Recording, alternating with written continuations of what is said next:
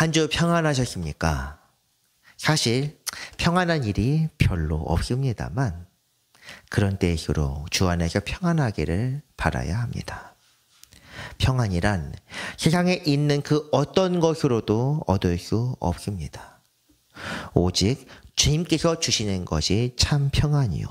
그 평안을 통해 우리의 영이 현전해지고 정신과 육체가 강건해지게 됩니다.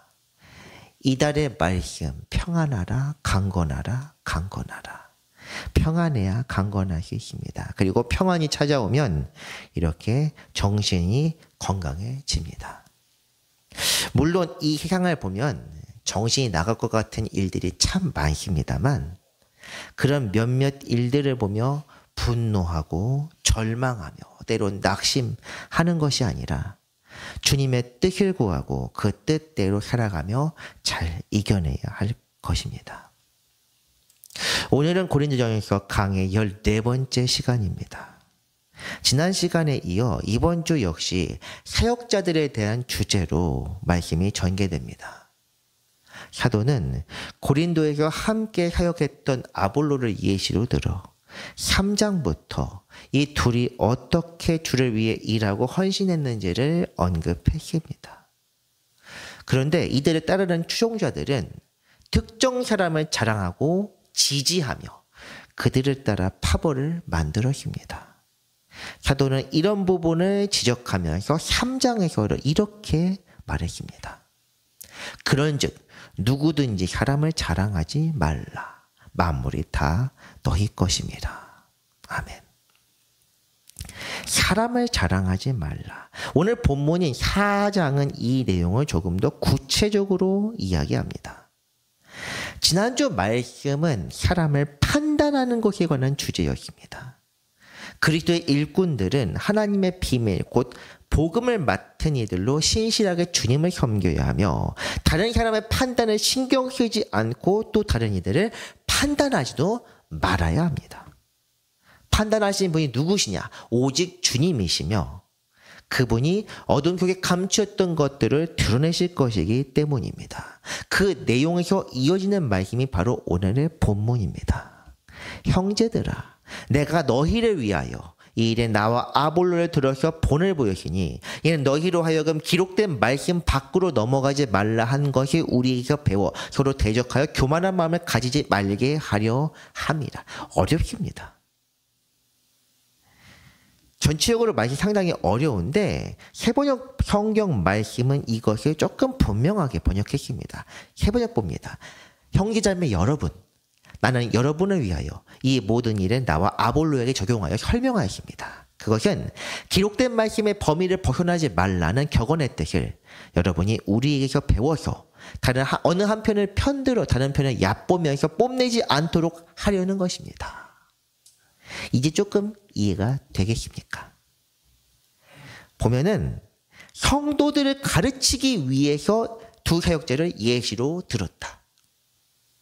그렇게 한 이유가 무엇이냐? 고린도 교회에 대해 파벌 문제를 이야기하면서 어느 한편에 속하여 다른 편과 분쟁하거나 얕보는 일이 없게 하기 위해서다. 6절 말씀은 그것입니다. 한 편을 편들어서 다른 편을 얕보면서 뽐낸다. 요즘 선거철인데 선거철하면서 서로 상대방 쪽을 찍어서 SNS에 올리면서 참 한심하다. 참 저렇게 살고 싶을까. 이렇게 하는 일반인 아닙니다. 의원들입니다. 그런 사람을 누가 뽑았는지 저 궁금하긴 합니다만 어쨌든 이 상대방이 자기 편에 있는 것도 효속감을 갖는 것도 사실은 주 안에서 죄악된 일이지만 적어도 효속감을 가진 걸로 끝내야지 왜 다른 쪽에 있는 사람을 비방합니까? 서로 이야기합니다. 내란 세력이 또. 제가 보기엔 둘 다 내란이 맞습니다. 그런데 이게 어느 한편이가 양비론을 이야기하는 것이 아니라 그만큼 이 세대가, 이 사회가 답답하게 서로를 적대시하며 서로를 악마화하고 원수화하고 있다는 것. 그런데 그것이 사회만의 문제가 아니라 교회가 더하고 이때도 그랬다는 것이 이 성경 말씀입니다. 생각해보면 사도는 추종자들이 자기를 따르는 것조차 좋지 않다고 여겼습니다. 나를 편들어주는 것 고맙다 이런 말 없습니다.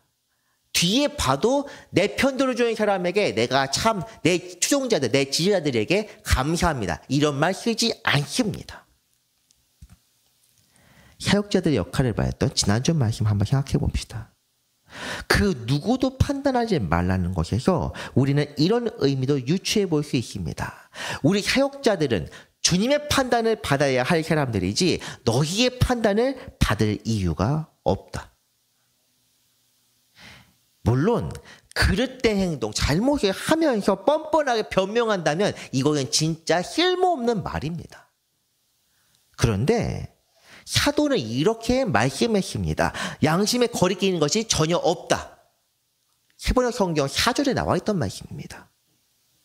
복음에 충성하며 주 뜻에 순종하는 사람, 이것이 바로 사도 바울이요 다른 사도들도 다 그러했습니다.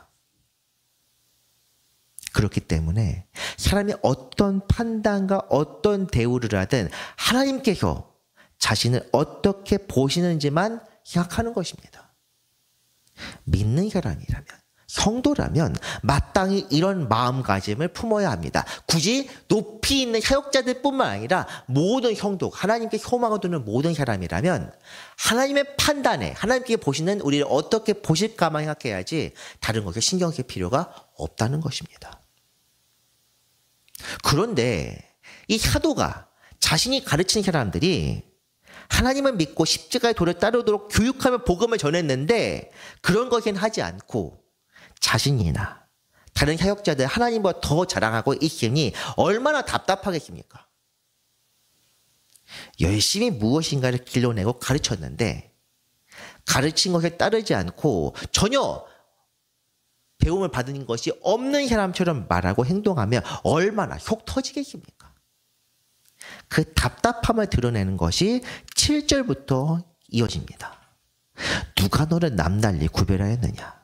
내게 있는 것 중에 받지 아니한 것이 무엇이냐? 네가 받았은즉 어찌하여 받지 아니한 것 같이 자랑하느냐? 오늘 말씀이 전체적으로 좀 어렵습니다. 제가 설교 중에는 해번역을 주로 참고하고 여기 또 이렇게 인용을 하지만 여러분의 이해를 돕기 위해 준비할 때는 여러 가지 성경을 읽습니다. 이 7절 말씀 현대인의 성경으로 다시 한번 보겠습니다. 누가 여러분을 남다리 뛰어나게 하였습니까? 여러분이 가진 것 중에 하나님에게 받지 않은 것이 무엇입니까? 여러분이 가진 것이 하나님에게 받은 것이라면 어째서 받지 않은 것처럼 자랑합니까? 이렇게 되어 있습니다. 남달리 뛰어나다는 것은 그들이 사도들을 두고 서로 자랑하거나 신란하여 파벌을 만들고 있는 것을 비꼬는 표현입니다. 너희들이 무언가를 두고 자랑하는데 그것을 준 분이 누구냐는 것입니다. 니네들이 희귀를 얻었냐? 그것 아닙니다. 이어지는 구절도 다 같은 뜻입니다. 하나님에게 받은 것 아니겠느냐? 3장 마지막 부분에 나와 있습니다. 이것들이 다 너희에게 속한 것이고 너희는 그리스도의 것이고 그리스도는 하나님의 것이니라. 3장 마지막 부분입니다. 이런 것들이 다 하나님께 받았다는 것들이 만물이 하나님께 모든 것을 다 받았는데 그 부분 말씀 한번 다시 보겠습니다. 그런즉 누구든지 사람을 자랑하지 말라. 만물이 다 너희 것이니라. 만물이 너희 것이다. 사람을 자랑하지 말라. 제가 앞에서도 언급했지만 자랑하지 말라는 것을 이것은 특별히 어떤 사람들만 받은 것이 아니기 때문입니다. 예를 들어 서울대 다니는 사람이 우리나라의 서울대 가장 좋은 학교라고 얘기하니까 예시 들어보겠습니다. 서울대 다니는 사람들이 강의, 자기 대학교에서 강의를 들을 때 갑자기 일어나서 자랑합니다. 나는 서울대 다니는 사람이다. 그럼 우스꽝스러운 상황이 어디 계십니까? 거기 속 있는 사람들이 다 서울대 사람 아닙니까? 7절 말씀 바로 이런 뜻입니다. 그런데 사도는 거기에서 더 나아가 만물이 우리의 것이라고 설명합니다. 22절과 23절 말씀 쭉 보면 무엇입니까? 바울도 너희 것, 아볼로도 너희 것, 형제나 장례나 모든 것이 다 너희 것이다. 하나님께서 특별한 몇몇 사람에만 주시는 것이 아니라 구원에 합당한 사람들 모두에게 주시는 것인데 이 누구에게나 있는 것을 왜 자랑합니까? 왜 은혜 받지 못한 사람처럼 구원받지 못한 사람처럼 자랑하느냐? 이렇게 말씀하는 것입니다. 이제 8절부터는 사도의 말씀이 조금 더 엄격해집니다. 너희가 이미 배부르며 이미 풍성하며 우리 없이도 왕이 되었도다. 우리가 너희와 함께 왕노릇하기 위하여 참으로 너희가 왕이 되기를 원하노라. 이것은 사실 굳이 다른 번역본을 찾아보지 않아도 사도의 답답함이 충분히 느껴질 것으로 보입니다. 하지만 이번에도 제가 세번역 말씀을 함께 읽고자 하는데 그 이유는 8절 세번역 말씀을 같이 읽으면 충분히 알 것이라고 봅니다. 세번역 말씀 같이 보겠습니다. 여러분은 벌써 배가 불렀습니다. 벌써 부자가 되었습니다. 우리를 제쳐놓고 왕이나 된 듯이 행세하였습니다. 여러분이 진정 왕처럼 되었으면 좋겠습니다. 그렇게 하여 우리도 여러분과 함께 왕노를 하게 되면 좋겠습니다. 읽어보니 느낌이 어떠십니까? 솔직히 이 정도면 윗사람이 아랫사람의 잘못을 지적할 때 사용하는 어투 같은데 특히 남자분들은 어디선가 이런 말투를 많이 들어봤을 것입니다. 배가 불렀네? 아주 너희들이 대장이야. 그렇지? 진짜 대장이 되었으면 참 좋겠다. 우리 덕 좀 보게. 이렇게 이해할 수 있습니다. 제 마음가짐이 살짝 뒤틀려서 이렇게 해석하는지는 모르겠습니다만 사도가 이렇게 고린도 교회 성도들이 희단하는 이유가 분명히 있습니다. 존경과 숭배의 대상, 파벌의 머리가 되는 이 사도들은 정작 복음을 가르치기 위해 날마다 수고하고 애쓰며 목숨을 걸고 있기 때문입니다. 정말 복음을 위해서 오늘 있다가 내일 죽을지 알 수 없는 사람들이 교회가 보니까 나는 바울에게 속했야. 내가 너희들보다 더 우월하다. 이렇게 얘기하고 있는 사람들의 이야기를 들으니 얼마나 답답하겠습니까? 그들의 삶이 얼마나 고통스럽고 이 사도들이 얼마나 고통스럽고 얼마나 수고로운지 9절부터 13절까지 길게 묘사가 되어 있습니다. 먼저 9절부터 보겠습니다. 내가 생각하건대 하나님의 사도인 우리를 죽이기로 작전된 자같이 끄트머리에 두셨음에 우리는 세계 곧 천사와 사람에게 구경거리가 되었노라. 죽이기로 작전된 자 곧 사형수처럼 끄트머리에 두셨다는 것은 사람을 쭉 나열해 놓고 맨 마지막에 두었다는 말입니다. 이 말에 대해서는 영어 성경 번역을 한번 보고 더 말씀드리고자 합니다. 이걸 쭉 읽는 것도 좋겠지만은 일단 그 빨간 걸로 강조가 되어 있는 like men condemned to die in the arena 이렇게 이 부분만 한번 보겠습니다. 이 condemned to die 어쨌든 죽을 자들처럼 근데 in the arena 이것이 아레나라고 되어 있는데 이것이 당시 로마에서 사람을 처형하는 곳 중 하나인 원형 경기장을 가리키는 말입니다. 원형 경기장은 무엇이냐? 검투사들이 맹수와 싸우는 일종의 오락장이긴 하지만 사형수들을 맹수 앞에 놓고 죽이는 처형장이기도 했습니다. 줄의 맨 끝에 있다. 보면은 display at the end of the procession. 그러니까 줄의 맨 마지막에 있다는 건데 줄을 쭉 세워놓고 처음에 등장하는 사람들은 검투사들입니다.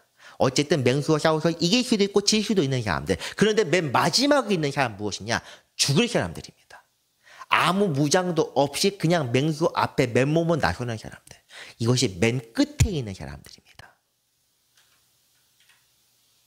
하나님께서 사도들을 세형수처럼 경기당에 두시고 온 세상 사람들과 천사들로 그 쇼를 보며 즐기게 하셨다. 영어 성경 의역하면 대략 이런 뜻입니다.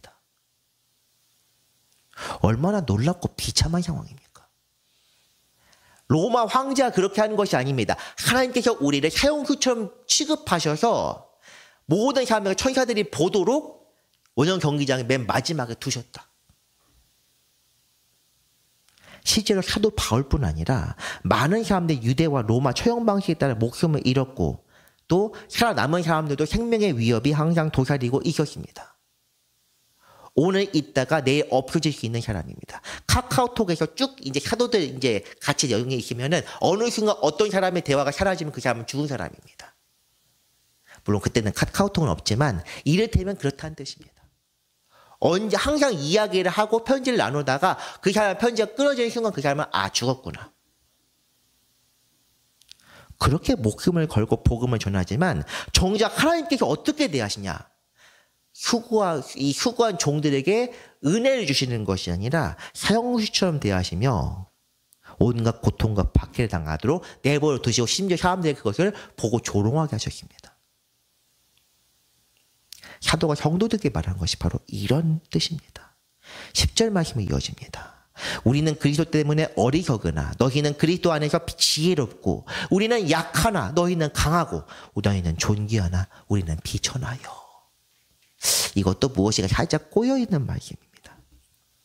그리스도 때문에 어리석다. 어리석다는 말의 뜻이 무엇입니까? 십자가의 도 1장 18절 말씀이 고린도전서 앞부분의 주제 말씀과 같다고 여러 번 말씀드렸는데 한번 같이 읽어보겠습니다.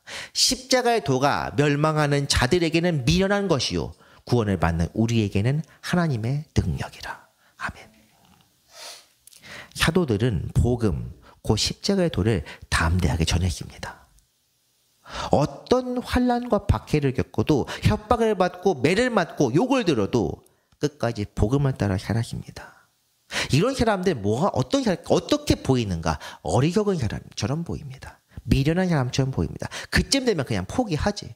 그쯤 되면 그냥 놔버리지. 그런데 끝까지 합니다. 왜냐? 참 이것 자체가 구원을 받는 사람들에게 능력으로 나타나기 때문입니다. 그런데 고린도 교회 사람들은 반대로 지혜로운 사람입니다. 이 사람들은 사람을 자랑하고 그냥 방식에 따라 생각하며 살기 때문입니다. 그뿐만이 아닙니다. 우리는 그리스도 때문에 어리석으나 그리스도 안에서 지혜롭다. 또 있습니다. 약하나 강하고 존귀하나 비천하다. 박해와 환난으로 사도들은 약해지고 비천해졌습니다. 몸에 병도 얻고 또 메말라서 또 여러 가지 고통도 있고 추운 곳에서 감옥에 들어가 잘 때도 있고 참 여러 가지 힘든 일을 겪습니다. 하지만 이 교회 사람들은 여전히 강하고 존귀합니다. 넉넉하고 부족함이 없으며 어떤 근심도 없이 편안하게 살고 있습니다. 그런데 이것이 우리가 5월의 말씀에 보는 그 평안하라의 그 평안입니까? 아닙니다. 이것은 주 보시기에 현한 삶이 아니라는 것입니다.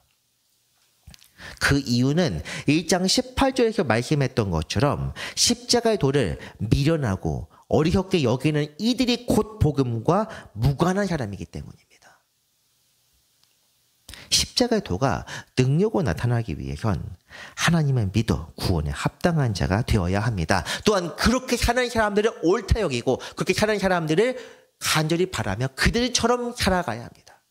그냥 추종해서 파벌을 만드는 것이 아니라 그들을 본받아 살아가고 결정적으로 궁극적으로는 예수 그리스도를 본받아 살아가야만 하는 것입니다. 하지만 성도들이 여전히 사람을 자랑하고 그냥 같이 의존하며 살아간다면 그들은 천국 백성도 하나님의 자녀도 애초에 성도라 할 수도 없습니다. 사도가 말하는 것에는 이런 무서운 뜻이 숨겨져 있습니다. 11절부터는 사도가 겪은 구체적인 일들에 대해 나와 있습니다.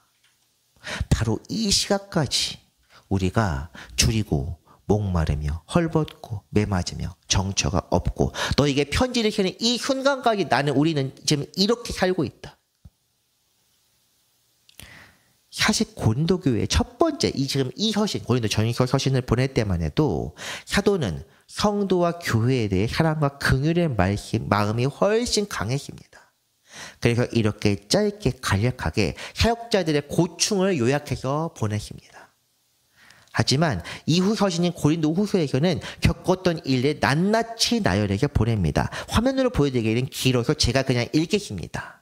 내가 휴고를 넘치도록 하고 옥에 더 갇히기도 더 많이 하고 매도 휴없이 맞고 여러 번 죽을 뻔하였으니 유대인들에게 40에게 하나 감한 매를 5번 맞았으며 3번 태장으로 맞고 1번 돌로 맞고 3번 파손하고 일주일을 깊은 바다에서 지냈으며 여러 번 여행하면서 강의 위험과 강도의 위험과 동족의 위험과 이방인의 위험과 시내의 위험과 광야의 위험과 바다의 위험과 거리 형제 중의 위험을 당하고 또 수고하며 애쓰고 여러 번 자지 못하고 줄이며 목마르고 여러 번 굶고 춥고 헐벗었노라. 이렇게 구체적으로 묘사하는 건 사도 바울의 권위에 대해서 교회가 의심했기 때문입니다.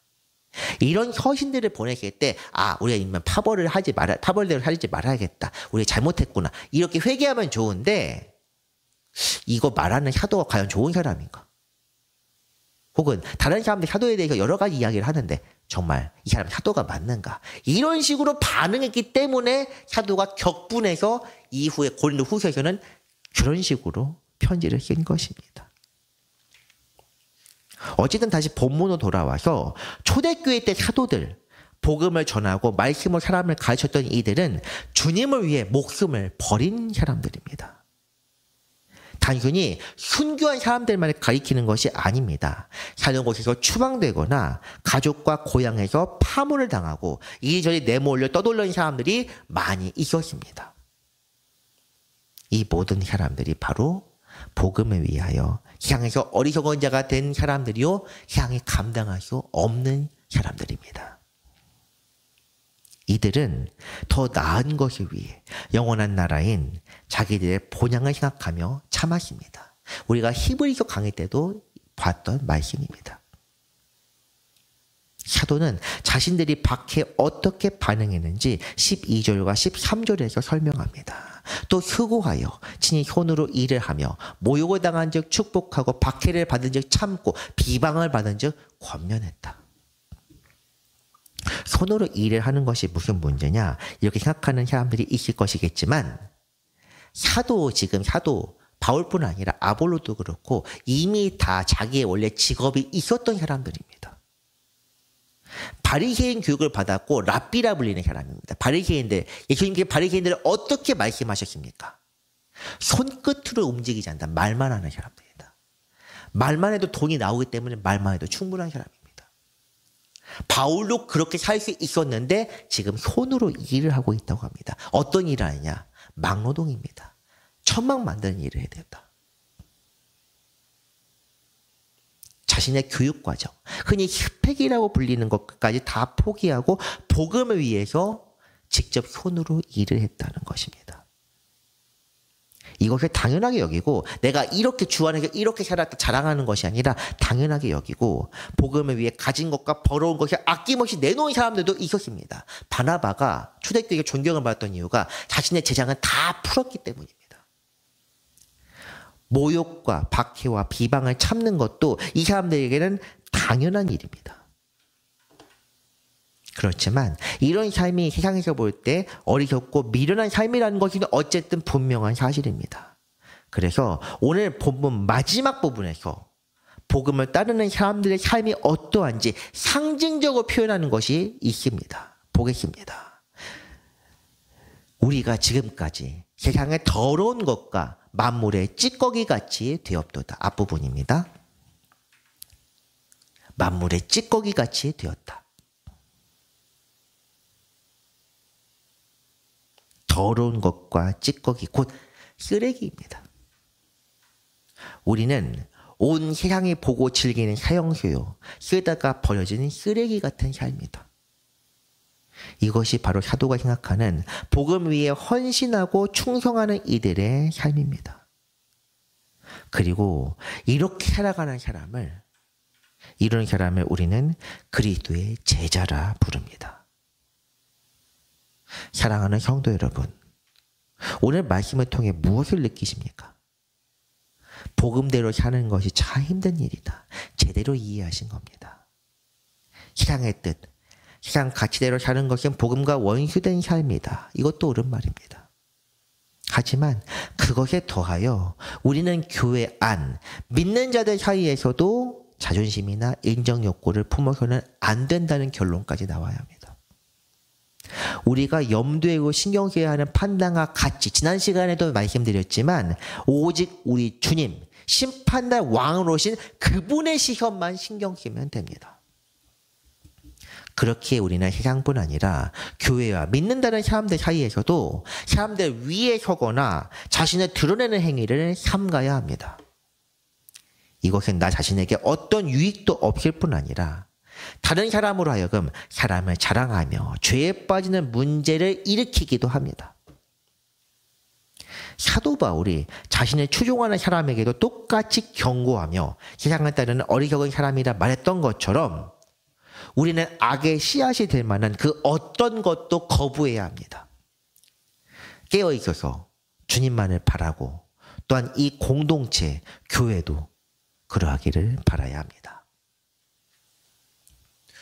오늘 제목은 사실 찬송가 461장을 염두에 두고 쓴 것입니다. 찬송 461장 참 좋은 찬송입니다. 가사뿐 아니라 멜로디도 은혜롭고 사부 합창으로 해도 참 좋습니다. 물론 저도 평소에는 이게 부를 때는 테너로 부르지만 이 마이크를 잡고 있기 때문에 제가 소프라노만 하고 있습니다. 그런데 바뀐 찬송가 21세기 새 찬송가는 4절 가사가 이상하게 바뀌어 있습니다. 통일 찬송가 519장, 새 찬송가 461장 한번 같이 보겠습니다. 이런 일 다 할 수 있나? 주가 물어보실 때 용감한 자 바울처럼 선뜻 대답하리라. 이런 일 다 할 수 있는가? 이런 일은 무엇입니까? 1절부터 3절까지 나온 내용입니다. 십자가에 질 수 있겠느냐? 구원받은 강도처럼 회개하겠느냐? 어둠 속에서 주님께 영을 맡길 수 있겠느냐? 어둠이란 건 죽음 앞에서 이야기하는 것입니다. 이런 일을 할 수 있냐 물으실 때 용감한 자들은 대답할 것입니다. 그런데 바울은 이런 질문을 받은 적이 없습니다. 애초에 이 원문시는 이런 내용입니다. 담대한 영을 지닌 이들은 대답하리라. 그때 갈릴리에 있던 사람들처럼. 애초에 십자가를 질 수 있겠느냐는 질문을 누구한테 하신 겁니까? 주님께서 두 제자에게. 야고보와 요한. 어떤 상황입니까? 저희를 주의 오른편 한편은 왼편에 앉혀주십시오. 높은 자리에 원하실 때 주님께서 말씀하십니다. 내가 마시는 잔을 마실 수 있겠느냐? 곧 십자가를 질 수 있겠느냐? 할 수 있습니다. 선뜻 대답했습니다. 그리고 십자가를 지었습니다. 본인들이 원하지 않는 방향으로. 그래서 용감한 사람들은 그들과 같이 대답할 것이다 입니다. 대체 누가 사도 바울을 자랑하면서 이런 식으로 번역한 것인지 그래서 제가 몇몇 찬송가들은 일부러 통일 찬송가로 부릅니다. 예전에 수요기도회 때 언젠간 정확히 기억이 나지 않습니다만 찬송가 84장 나 어느 날 꿈속을 헤매며도 그렇고 483장 구름 같은 이 향도 제가 통일 찬송가 가사를 사용합니다. 그래서 저는 찬송 원문을 찾아보고 복음에 따라 찬송도 제대로 불러야 한다고 봅니다. 여기 나와 있는 성경책, 여기 난 찬송가가 100% 하나님의 뜻이 아닙니다. 이것은 사람의 손을 거쳐서 만든 것입니다. 여기 나와 있는 메시지만큼 주님의 뜻이라고 하더라도 이것을 번역하거나 혹은 사람의 입에 머리에 들어가면서 이것을 적용하는 과정에서 문제가 생길 수도 있습니다. 성경책을 여러 가지 버전으로 우리가 읽어야 한다는 것도 잠언서 같은 내용을 보면은 원문과 뜻이 정반대로 우리가 지금 읽고 있는 것도 있습니다.